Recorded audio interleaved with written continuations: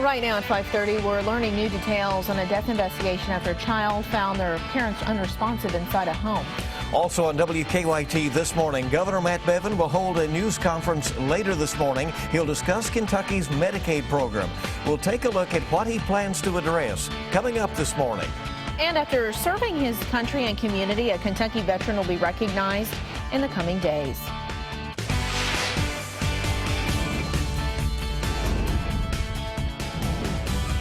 This is WKYT This Morning. Good morning. So nice to have you with us here on WKYT on your Wednesday, the last one of this year. I'm Bill Bryant. And I'm Rebecca Smith. Yeah, we're going into 2016 on a cold note. A lot of people were wondering, where is the cold? Here it is. And some wondering, where's the coat? Yeah.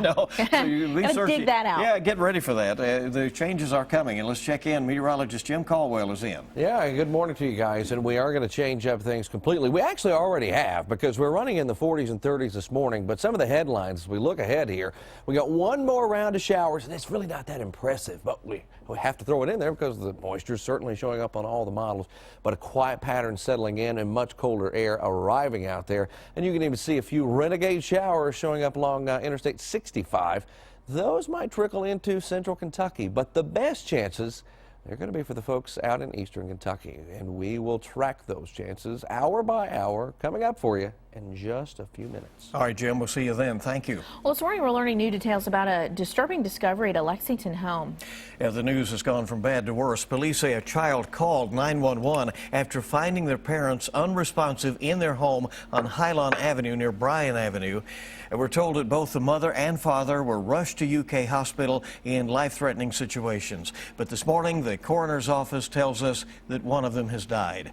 WKYT's Victor Puente is joining us now from UK Hospital with the latest on the investigation. Victor? Well, the coroner's office tells us they have an idea of how that woman died. They're still working on an exact cause of death. Lexington police tell us it was a child who made that call this morning for help. That call came around 8:30 actually last night after that child found their parents on the floor. Police say when they got to the home on Highland Avenue, they found the child's parents unresponsive. Paramedics brought both of them here to UK Hospital, and the Fayette County Coroner's Office has confirmed the mother, Jill Carrier, has died. Last night, police told us the father's condition was life-threatening, but they expected he would survive. The Coroner's Office hasn't released an official cause of death. Police say there were two children in the home at the time, and the Cabinet for Health and Family Services has been called to help with this investigation. Those two children are now with relatives. Live in Lexington, Victor Puente, WKYT. Victor, thank you very much. Governor Matt Bevin has scheduled a news conference for later this morning to talk about Kentucky's Medicaid program. His office says he will discuss the process for a transformation of the program. Health and Family Services Cabinet Secretary Vicki Yates Brown Glisson will also be at the news conference. Governor Bevin has said he wants to repeal the recent expansion of Kentucky's Medicaid program and replace it with something else. A newly released state audit claims Morgan County officials cannot account for hundreds of thousands of dollars in federal disaster aid. The audit claims the Morgan County Fiscal Court did not have any oversight over the way former Judge Executive Tim Conley handled money following the 2012 tornado in West Liberty. Conley is now in prison for accepting kickbacks from a contractor. The audit claims the county did not follow federal regulations for expenses, and in some cases, county employees created invoices, but auditors couldn't prove the work was actually done. The county's new Judge Executive said he's made changes since taking office. We're going to go through the audit and try to answer all the questions that they ask and make some kind of prevention for it not to happen again. Well, the audit was turned over to the State Attorney General and the FBI. If you would like to read the full report, we have a copy on WKYT.com. Well, voters in Barbourville have approved alcohol sales in the city. The measure won in a special election held yesterday by a little more than 60 votes. The votes come after 4 years after the voters rejected alcohol sales in another special election. The measure will now allow alcohol sales in both stores and restaurants. This morning, the Boyle County Sheriff's Office is asking for some help in finding a missing teenager. Deputies say 17-year-old Brandy Hall's mother reported her missing Monday night. She lives in Boyle County, but investigators think she could be in the Somerset area now. Deputies also say Hall does not have her medication with her, which also concerns them. Investigators say the search of an eastern Kentucky lake for a missing Martin County man has turned up empty. Police say cadaver dogs indicated a body was in Martin County Lake, but after a day-long search, investigators did not find any signs of 37-year-old Scotty Fannin. He's been missing since December 10th. Fannin's family is now offering a $2,500 reward for information leading to him.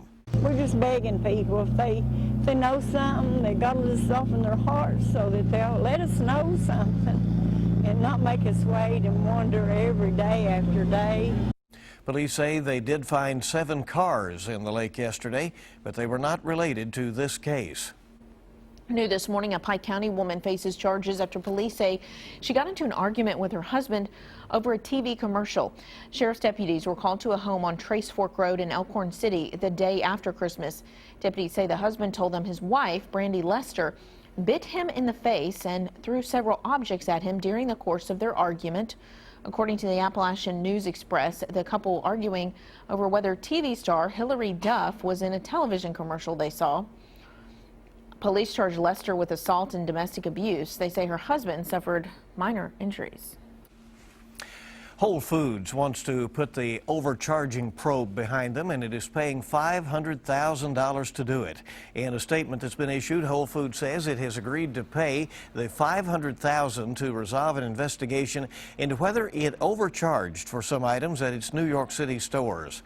Days after the city went public with its investigation earlier this year, Whole Foods executives admitted to and apologized for overcharging customers on some products like sliced fruits and sandwiches.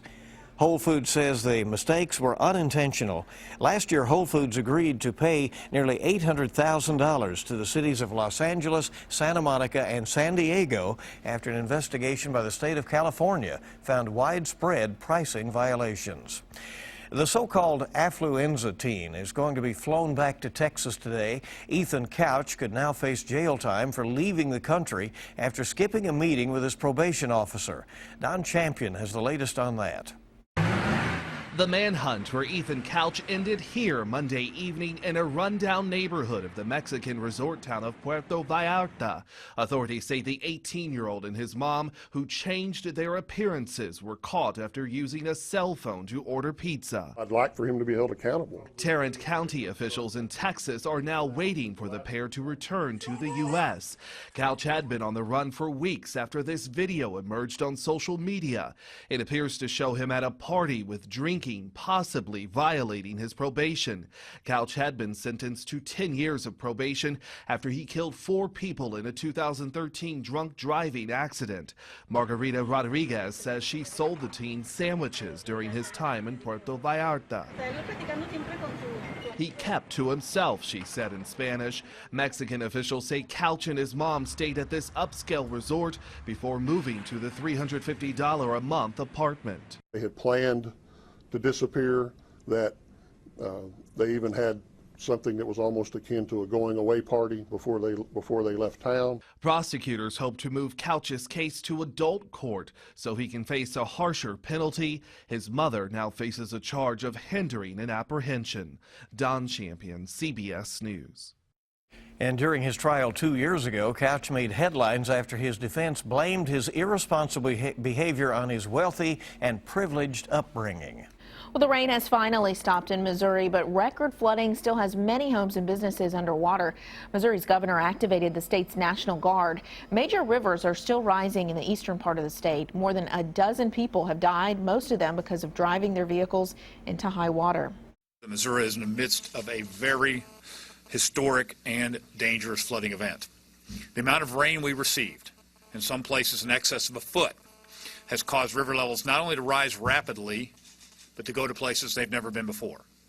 West Alton, Missouri, just north of St. Louis, had to be evacuated after water spilled over a levee. The Mississippi River and other major rivers will likely crest at record levels beginning Thursday. Incredible scenes from out there. Well, former New York Governor George Pataki has announced he will be dropping out of the presidential race. The Republican never made it onto a main debate stage, and he had trouble raising money for his campaign. Pataki also barely registered in any polls. His exit leaves 12 candidates remaining in the race for the Republican presidential nomination. Well, he served our country during World War II, then returned home to spend the rest of his life serving his community as a pastor. And now, 4 years after the Corbin veteran's death, he'll be receiving national recognition. Joseph Curtin Barrinos invaded the beaches of Normandy on D-Day and fought at St. Lo. He was shot in the arms, but didn't realize until later that his helmet stopped a bullet from reaching his head. Now the National World War II Museum in New Orleans plans to honor Barrinos by putting that helmet on display. Barrinos' wife, Edna, says it's an honor her husband would greatly appreciate. When I look at the helmet, I think how a young man that almost gave his life for America, a country that he loved as well as the rest of the people in America. Barrinos' wife and kids will go to New Orleans for a special ceremony on January 4th, which would also have been his 92nd birthday. His helmet will be on loan to the museum for 1 year. After that, the family can decide whether they will donate it permanently. And of course, another part of the story, the remarkable life that he lived after serving our country in that way. Well, The Voice winner Jordan Smith will be singing to Big Blue fans at Rupp Arena this upcoming weekend. On his Facebook page last night, Jordan announced that he will be singing the national anthem before the UK Ole Miss game Saturday night. And he says he has always been a huge UK fan, and singing at the game is another dream come true for him. The Harlan County native has gained national stardom since being crowned the winner of The Voice 2 weeks ago. So I'm sure he'll make an event of the national anthem. Yeah. Great sound. It'll be good. Time is 5:40, and let's check live drive traffic this morning and see what is going on out there. We have mostly good reports of light traffic throughout the area, normal travel times, as you see there, and no big problems. This time, pretty good. Yesterday morning, we had that issue out on Leestown Road. Of course, finally up in the day, they got that reopened, and we have no issues right now early. Still more news coming up on WKYT on your Wednesday morning. After being caught on camera by a harbor master in Rhode Island earlier this week, we'll tell you what's creating a media frenzy in our nation's smallest state after the break. And we'll likely track a few showers out there today, but the temperature trend, that's going to be the more notable thing coming at you. A lot cooler coming over the next few days. I'll have the latest here in just a couple of minutes.